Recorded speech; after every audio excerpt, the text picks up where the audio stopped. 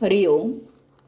भगवद्गीताबोध योगदास श्री जय गणेश जोशी यांनी केलेले निरूपण. अध्याय 17 श्रद्धात्रय विभागयोग. ओम श्री परमात्मने नमः. अथ सप्तदशोऽध्यायः. जय योगेश्वर. परमात्म्याला नमस्कार.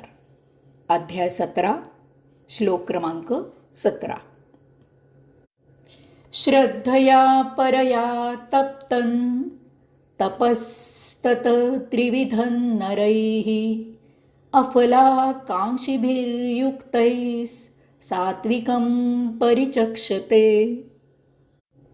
मनुष्याकडून परिपूर्ण श्रद्धेने हे जे 3 प्रकारचे तप केले जाते ते जर कोणत्याही अभिलाषेने युक्त नसेल तर त्या तपाला सात्विक तप असे म्हणतात. श्लोक क्रमांक 14, 15 आणि 16 यामध्ये भगवंत श्रींनी काये, वाचे आणि मने अशा 3 प्रकारचे तप म्हणजे काय ते सांगितले. त्यांनी तपाच्या या 3 प्रकारांची लक्षणं सांगितली.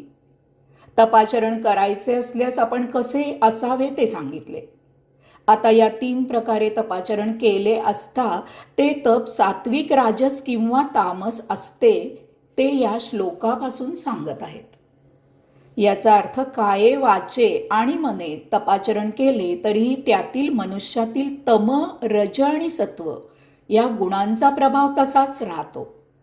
आपल्या तपाचरणावर आपल्यातील गुणांचा प्रभाव, आपल्यातील गुणांचा काय आणि कसा परिणाम होतो ते आता या श्लोकापासून ते सांगत आहेत. याचा अर्थ असाही आहे की तपाचरण करताना त्यावर आपल्यातील कोणत्या गुणाचा परिणाम होत आहे हेही पाहणे फार आवश्यक आहे. त्यासाठी तपाचरण करताना कोणती काळजी घ्यावी ते समजून घेणे महत्त्वाचे आहे. तपाचरण करताना आपले तप सात्विक होण्यासाठी येथे 2 कसोट्या सांगितलेल्या आहेत. या 2 कसोट्या पार करून तप केले तरच ते सात्विक तप होते. तप परिपूर्ण श्रद्धेने केले पाहिजे. केवळ सोपस्कार म्हणून तप करू नये. घराण्यात पद्धत आहे, समाजात रीत आहे किंवा लोकापवाद म्हणून तप करू नये. तपाचरणात भगवंत श्रींवर पूर्ण श्रद्धा असली पाहिजे. भावभक्तीने तप केले पाहिजे. तप आतून अंतःकरणापासून उत्स्फूर्तपणे झाले पाहिजे. ही झाली पहिली कसोटी. दुसरी कसोटी म्हणजे मनात कोणतीही फलेच्छा ठेवून तप करू नये. अमुक लाभ व्हावा म्हणून भगवंत श्रींजवळ तपाचा सौदा करू नये. पूर्ण निरीच्छ भावनेने तप करावे. केवळ तप करायचे म्हणूनच तप करावे. भौतिक व्यापारी वृत्ती तपोचरणात नसावी. याला जोडून पुढचा श्लोक आहे, श्लोक क्रमांक 18.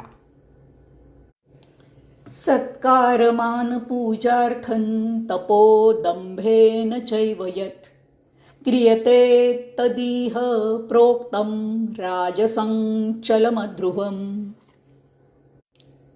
जे तप, सत्कार, मानसन्मान, आपले पूजन व्हावे यासाठी केले जाते ते तप ढोंगी असते.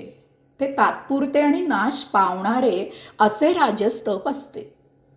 सात्विक तप सांगून झाल्यावर आता भगवंत श्री येथे राजस तप कसे असते ते सांगत आहेत.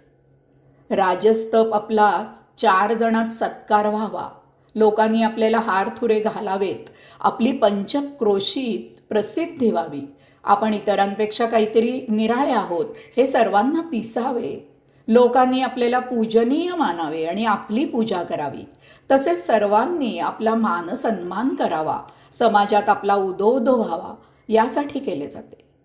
असे लोक आपल्या तपाची जाहिरात करतात. आपल्या तपाचे रसभरीत वृत्त छापून आणतात. आपले फोटो छापतात. यामधून अध्यात्मापेक्षा भौतिक लाभांशात ज्या रस असतो याचा अध्यात्माशी काहीही संबंध नसतो. ही भौतिक सांसारिक ओढ असते. हा भौतिक ओढीला बेमालूम आध्यात्मिक मुलामा दिलेला असतो. हे असे तप राजस म्हटले जाते. योग्यांनी असे तप करू नये. यामुळे संसारात अडकायला होते. यामुळे संचित भोग नष्ट होत नाहीत. त्यात ढोंगीपणाने आणि दांभिकपणामुळे भरच होते. आपल्या तपाचे उद्दिष्ट मुळातच ठरवावे, कारण हे असे राजस्तप आपल्याला अशाश्वत फळ देते. अशा तपाने मिळालेले फळ तात्पुरते असते. ते कधीही चिरशांतीकडे घेऊन जात नाही. आपल्यात तेवढ्यापुरता काही बदल झाल्यासारखे वाटते, परंतु लवकरच आपल्याला आपले पूर्वीहून जास्त नुकसान झाल्याचे जाणवते. हरिओम.